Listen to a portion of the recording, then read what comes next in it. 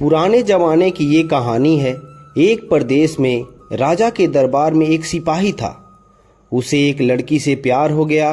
सिपाही और लड़की एक दूसरे से बहुत प्यार करते थे और शादी भी करना चाहते थे। हालांकि तब प्रेम विवाह करना कोई छोटी या आम बात नहीं थी, लेकिन फिर भी सिपाही और उसके प्रेमिका का सच्चा प्रेम देखकर लोगों ने उन्हें स्वीकार कर लिया और उनका शादी करा दिया। अब लोग उनके प्यार की मिसाल देने लगे थे। वे दोनों भी अपने प्यार से भरी नए संसार में काफी खुश थे। लोग ये देखकर हैरान रह जाते कि उन दोनों में कभी किसी वस्तु या विषय को लेकर कभी झगड़े नहीं होते थे। सिपाही और उसकी पत्नी ने अपनी प्यार की रोशनी सदा रोशन रहे, इसलिए एक नियम बनाया था। उन दिनों लोग रात को छतों पर मशाल जलाया करते थे ताकि घर आंगन में उजाला रहे और सोने के समय उन्हें बुझा देते। प्रेमी जोड़े ने तय किया था कि वे जब तक साथ रहेंगे तब तक उनके घर की मशाल जलती रहेगी। अब रात होते ही पूरे प्रदेश में अंधेरा हो जाता, लेकिन एकमात्र इस सिपाही का घर रोशनी से जगमगाता। इस प्रदेश का राजा एक बड़े से महल में रहता था।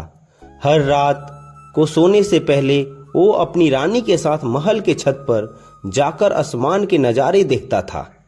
एक बार जब राजा अपनी रानी के साथ छत पर चांद सितारे देख रहा था, तब दोनों की नज़र उस सिपाही के जगमगाते घर पर पड़ी। राजा और रानी दोनों ही उसके बारे में चर्चा करने लगे।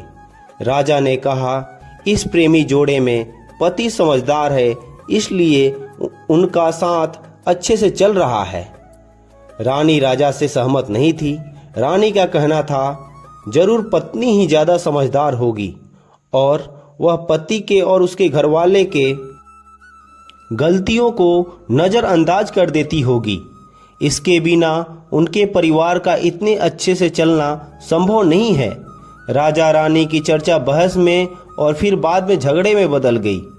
अंत में राजा ने कहा कि हम क्यों झगड़ा करें, एक काम करते हैं, उनकी परीक्षा लेते हैं और देखते हैं कौन ज्यादा समझदार है। रानी को भी यह सुझाव पसंद आया। राजा ने उनकी परीक्षा लेने के लिए एक योजना रानी को बताई। अगले दिन योजना के मुताबिक रानी ने सिपाही के घर एक औरत को भेजा। वह औरत सिपाही के पास गई और उससे बोली, मैं तुम्हारे लिए रानी का एक संदेश लेकर आई हूँ। वो औरत संकोच करते हुए सिपाही से बोली कि रानी को तुम बहुत पसंद आ गए हो। अगर तुम अपनी पत्नी को छोड़ दो या उसकी हत्या कर दो, रानी तुमसे शादी करने के लिए तैयार है। महिला की बात सुनकर सिपाही को गुस्सा आ गया, लेकिन उसने अपने गुस्से पर काबू रखते हुए उस महिला से कहा कि ऐसी 1000 रानियां भी आ जाएंगी, तब भी मैं अपनी पत्नी को धोखा नहीं देने वाला। तुम मेरी तरफ से रानी से माफी मांग लेना और कहना ऐसा प्रस्ताव दोबारा ना भेजे। उस औरत से सिपाही ने जो कहा था वह बात राजा और रानी को जाकर बता दी। सिपाही का ऐसा जवाब सुनकर राजा खुश हो गया, क्योंकि राजा जैसा सोचता था सिपाही उतना ही समझदार निकला। अब सिपाही की पत्नी के परीक्षा की बारी थी। राजा ने एक आदमी को उसके पास भेजा। आदमी ने सिपाही की पत्नी से कहा, राजा को तुम पसंद आ गई हो। राजा ने कहा है, अगर तुम अपने पति को मार देती हो तो वो तुम्हें उनकी रानी बना लेंगे। आदमी की बातें सुनकर पहले तो सिपाही की पत्नी कुछ भी नहीं बोली। जब आदमी वहां से जाने लगा, तब पीछे से सिपाही की पत्नी ने कहा कि आज रात को जब मशाल बुझ जाएगी तो समझ लेना कि मैंने अपने पति की हत्या कर दी है। राजा के आदमी ने इस घटना का वर्णन राजा और रानी के सामने जाकर किया। राजा को सिपाही की पत्नी पर काफी गुस्सा आया, लेकिन रानी ने राजा से कहा कि वह सिर्फ ऐसा कह सकती है, कर नहीं सकती। आखिर वह उसकी पत्नी है और प्रेमिका भी। राजा ने तय किया कि हम अपने सिपाही को खतरे में नहीं डालना चाहिए। इसलिए राजा ने अपने कुछ सिपाहियों को आदेश देकर उसके घर के पास खड़ा रहने के लिए कहा। राजा ने उनको समझाया कि जैसे सिपाही के घर की मशाल बुझे तो तुरंत उसके घर में घुस जाना और अपने सिपाही को बचा लेना। रात होते ही राजा और रानी अपने महल के छत पर आकर सिपाही के घर की तरफ देखने लगे। आधी रात हो गई लेकिन कुछ भी नहीं हुआ।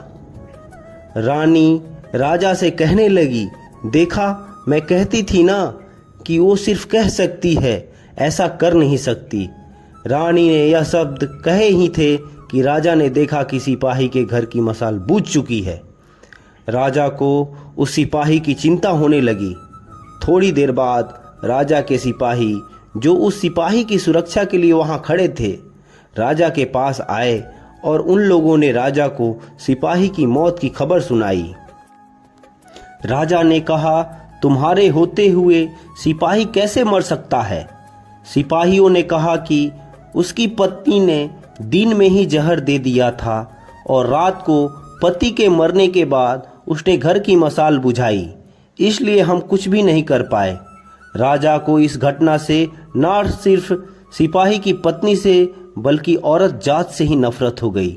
सिपाही की पत्नी के बेवफाई के विचार उसे पूरी रात आते रहे। राजा उस रात एक भी मिनट सो नहीं पाया। राजा को इस बात का काफी पछतावा हुआ कि उसकी वजह से सिपाही को अपनी जान गंवानी पड़ी।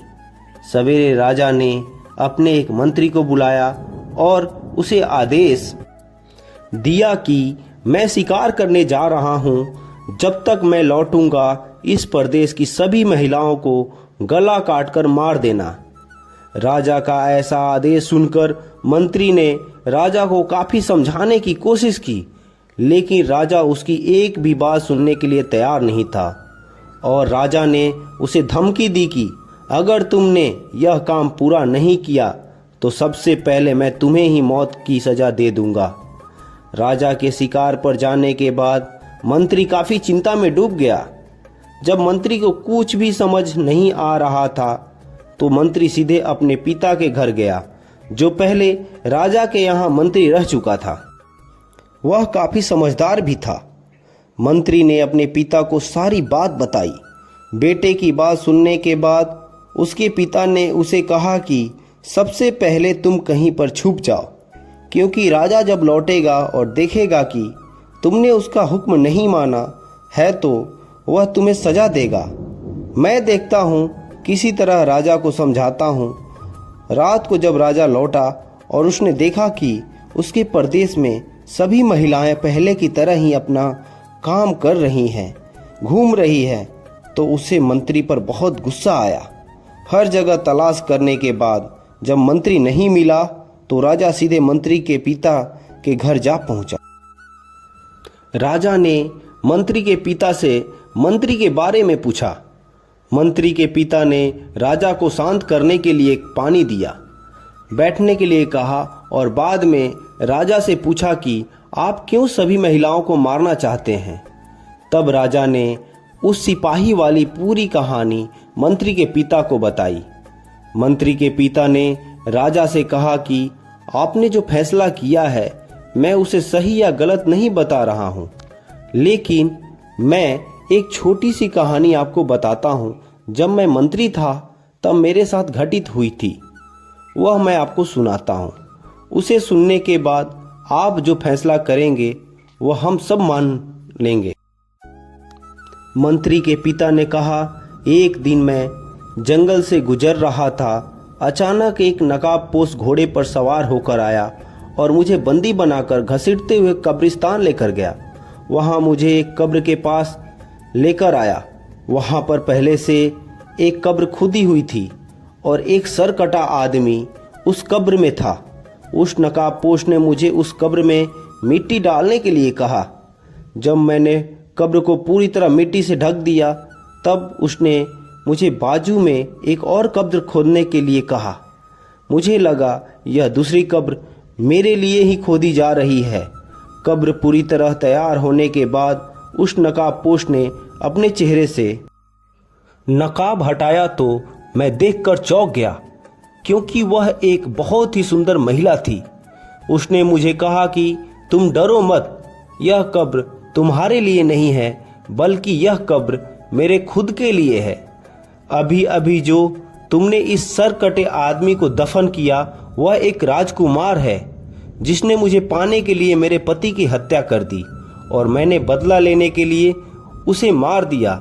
मैं अपने पति से बहुत ज़्यादा प्यार करती हूँ, इसलिए मैं इस जन्म में जिंदा नहीं रहना चाहती और उनके कब्र के बाजू में मरकर दफन होना चाहती हूँ ताकि अगले जन्म में फिर से उनसे मिल सकूं। इतना कहकर उस महिला ने अपनी गर्दन पर चाकू रखकर गर्दन काट ली और उस कब्र में गिर पड़ी। मेरे पास कोई दूसरा उपाय नहीं था क्योंकि मुझे पता चल चुका था कि वह मुझे सिर्फ अपने आप को कब्र में दफन करने के लिए वहां तक लेकर गई थी। तो मैंने उसे दफन किया और अपने घर वापस लौट आया। महाराज, आपने जिस घटना को देखा उसमें एक महिला ने धोखेबाजी की है, लेकिन मैंने जो कहानी सुनाई, मैंने जिस घटना को अनुभव किया है, उसमें एक महिला ने अपने पति के प्यार में अपनी जान दे दी। अब आप ही बताइए महाराज, अगर एक महिला बेवफा निकली तो क्या सभी महिलाएं बेवफा होगी? एक महिला के किए की सजा सभी महिलाओं को देना क्या उचित होगा? राजा को बूढ़े मंत्री की बात अच्छी तरह से समझ में आ गई और उसने सभी महिलाओं को मारने का ख्याल अपने मन से निकाल दिया। दोस्तों, यह कहानी हमें समझाती है कि दुनिया में भिन्न भिन्न तरह के लोग हैं, भिन्न भिन्न तरह के उनके विचार हैं और उतने ही अलग तरह के सबके व्यवहार हैं। हम एक आदमी का व्यवहार देखकर बाकी सबके लिए कोई फैसला नहीं कर सकते।